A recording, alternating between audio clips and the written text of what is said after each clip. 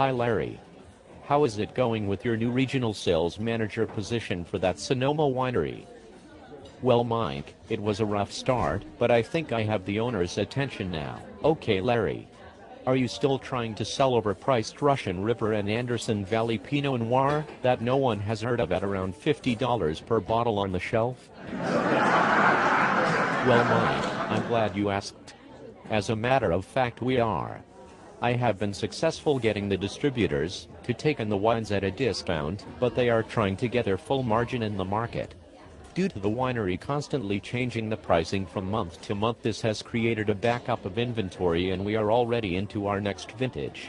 We have been shit canned by 5 different markets. Gee Larry, that sounds like it could potentially be a problem in the near future. Well Mike, the owners assure me that it won't be a problem due to their extensive background in the electronics market and various careers that have no bearing on the wine industry.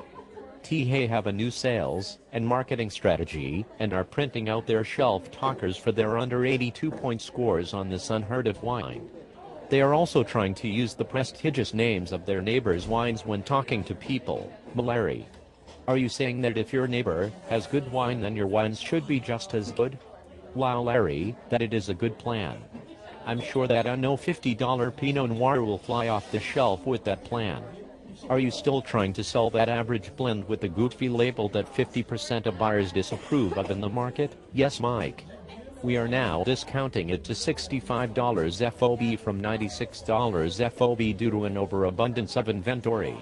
The owner has promised me that even though he comes to the market and makes no sales, he will dedicate more time coming into the market to support these trips. He said he should be able to sell pallets to support these trips. Nice job Larry, I'm sure this will build credibility in the market and do wonders for your past reputation for selling fine wines. Do they have a 1, 3 and 5 year plan? As a matter of fact we don't. When I asked them what their plan was they told me that we would decide from month to month and pray for the best. My budget has been cut and they want me to continue selling wines by calling people and emailing them information. This should be really easy. Gosh Larry. This plan cannot possibly fail. The owners of the winery must be fucking geniuses.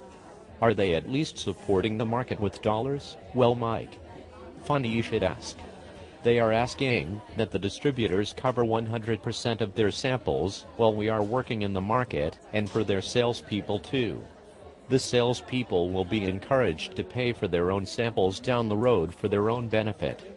Between that and the owner texting me every day like a fucking 14-year-old girl's asking me how sales are going, I'm in a perfect place. Shit Larry.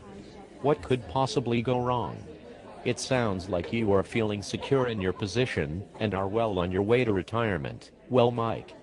They don't even offer me and my wife medical benefits, so I'm sure a long way off from a retirement plan. At least the wines are somewhat drinkable, if not saleable, so I can drink myself to sleep every night. You know Larry, I have learned in the past that winery owners like to use us sales managers to exhaust our relationships in the different markets selling crappy overpriced wines. This really does wonders for our reputations, and then when things don't work out they resort to micromanagement in an industry they don't even understand. Great talk Mike. I have to get going. I have a shitload of phone calls to make to try to sell some wine. Are you able to buy this lunch? I'm already over my $25 per week entertainment budget. Sure Larry. Anything for a fellow supplier. Happy selling.